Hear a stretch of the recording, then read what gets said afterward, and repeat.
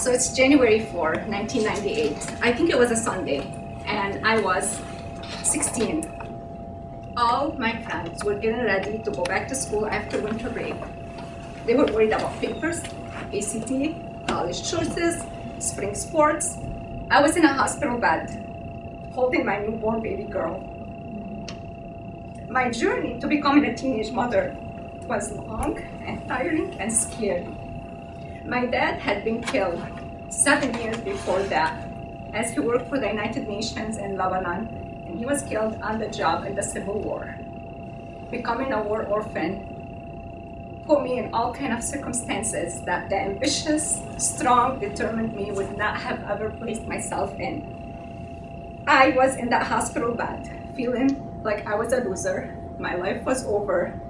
I was somebody with no high school education who's now in charge of raising a child, and I felt so sorry for myself and my baby because I'm helpless, and what do I have to offer? I looked at her and she looked at me with this look like, you are the most powerful person I know. I'm the only person I know.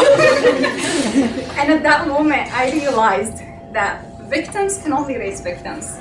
Helpless people will only raise helpless people. And people with no choices will only raise people with no choices. And that's not what I wanted for my child. At that moment, I decided I will no longer call myself a war orphan. I will no longer be a person who allows things to happen to them. I will make choices for me, for my daughter, and for any woman who finds herself placed in circumstances that are out of their control.